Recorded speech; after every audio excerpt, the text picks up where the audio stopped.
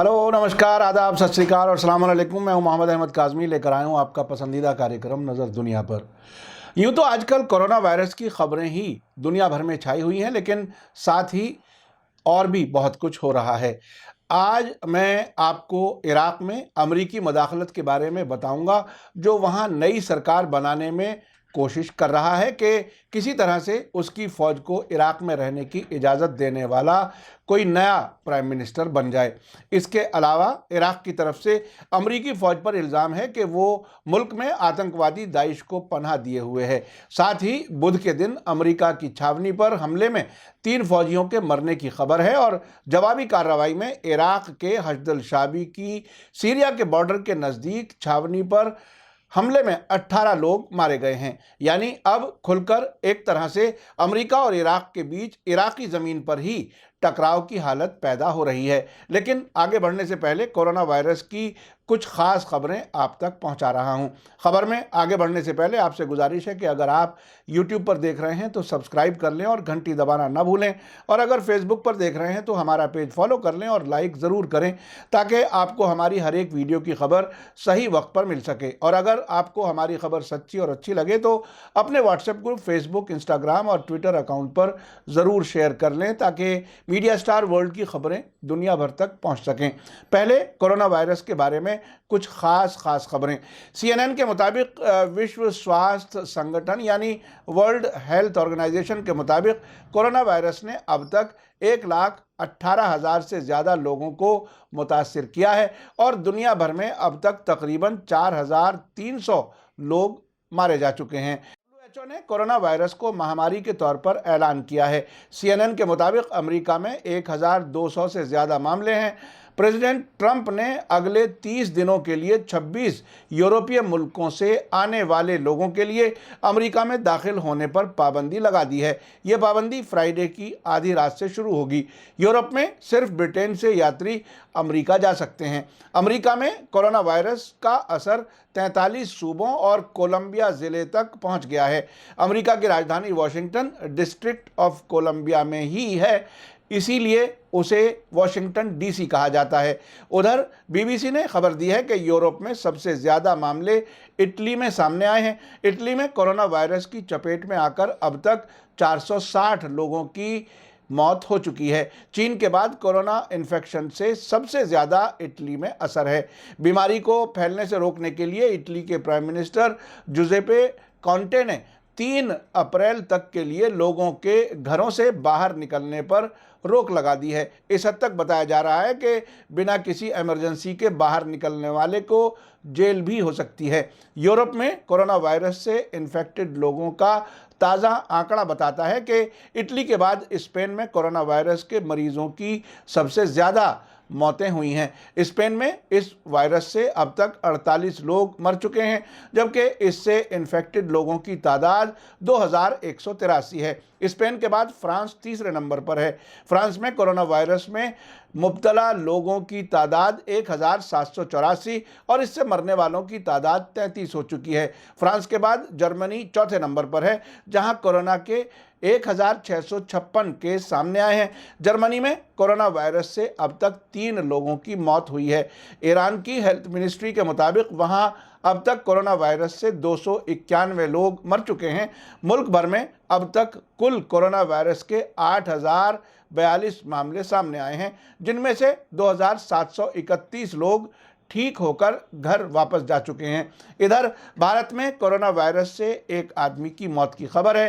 सरकार ने corona virus को रोकने के लिए ट्यूसडे को कई तरह के सफ़र पर पाबंदी का ऐलान किया है। भारतीय नागरिकों से भी गैर ज़रूरी सफ़र न करने के लिए कहा गया है। 15 अप्रैल तक 15 मुल्कों से आने वाले यात्रियों की वीज़ा भी कैंसिल कर दी गई है। आइए अब चलते हैं इराक से आने वाली खबर पर। हाल ही में जनवरी में अमेरिका के ज़रिए ईरान के इस्लामिक रेवोल्यूशनरी गार्ड कोर के कुद्स ब्रिगेड के कमांडर कासिम सुलेमानी और इराक के वॉलंटरी फोर्स हश्द-अल शाबी के डिप्टी कमांडर अबू मेहंदी अल मुहंदिस के बगदाद एयरपोर्ट के नज़दीक हवाई हमले में कत्ल के बाद सभी अमेरिकन एम्बेसी के लोग इराक के कुर्दिस्तान भाग गए थे और उसके बाद वहां की पार्लियामेंट के जरिए सभी विदेशी फौजों के बाहर जाने के लिए रेजोल्यूशन पास हो चुका है और अमेरिका के दबाव में वहां के प्रधानमंत्री आदिल अब्दुल मेहदी इस्तीफा दे चुके हैं।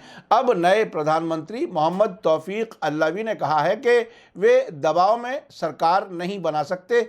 अब नए प्राइम मिनिस्टर का नाम तय होना बाकी है। एक इराकी मेंबर पार्लियामेंट ने दावा किया है कि अमेरिका की एम्बेसी प्राइम मिनिस्टर का नाम तय किए जाने में दखल अंदाजी कर रही है ताकि ऐसा प्राइम मिनिस्टर बनाया जा सके जो इराक में अमेरिकी फ़ौज के बाकी रखने को सपोर्ट कर सके। ताज़ा खबर यह है कि इराक में बगदाद के नॉर्थ में मौजूद ताजी छावनी पर कट्यूशा रॉकेट हमलों से 2 अमरीकी और 1 ब्रिटिश फौजी मारे गए हैं जबकि 10 जख्मी हुए हैं। जब से अमेरिका ने ईरान और इराकी कमांडरों को मारा है तब से अमरीकी फौजियों के लिए इराक में खुली सड़क पर निकलना मुश्किल हो गया है। अल जजीरा के मुताबिक अमेरिकी प्रेसिडेंट डोनाल्ड ट्रंप सरकार के एक बड़े अफसर ने बताया है कि अमेरिकी गठबंधन की फौजी छावनी पर कई रॉकेटों से हमले हुए हैं और इस हमले की समीक्षा की जा रही है, जायज़ा लिया जा रहा है। इस अफसर ने वेडनेसडे को कहा कि हम कैंप ताजी में हालात का बारीकी से जायज़ा ले रहे हैं। अमेरिकी मीडिया ने सरकारी सोर्सेज के हवाले से कहा है कि 3 मरने वालों में 1 अमरीकी और 1 ब्रिटिश फौजी था, तीसरा अमरीकी ठेकेदार था। यानी इस तरह से 2 अमरीकी और 1 ब्रिटिश मरने वाले हुए। आमतौर पर प्राइवेट सिक्योरिटी एजेंसी के सुरक्षा कर्मियों को कॉन्ट्रैक्टर यानी ठेकेदार कहा जाता है। एक इराकी कमांडर ने कहा है कि अक्टूबर के आखिर से मुल्क में अमरीकी फौजी ठिकानों पर होने वाला ये 22वां रॉकेट हमला था। इराक में अमरीकी फौज के स्पोक्सपर्सन अमरीकी सेना के कर्नल माइल्स केगिन्स ने ट्विटर पर कहा है कि 15 से ज़्यादा छोटे रॉकेटों ने ताजी बेस पर हमला किया है, लेकिन उन्होंने नुकसान की कोई डिटेल नहीं बताई। इस बीच अमेरिकी फॉरेन मिनिस्टर माइक पॉम्पियो और ब्रिटेन के विदेश मंत्री डोमिनिक रैब ने हमले के पीछे लोगों के खिलाफ जवाबी कार्रवाई करने की कसम खाई है।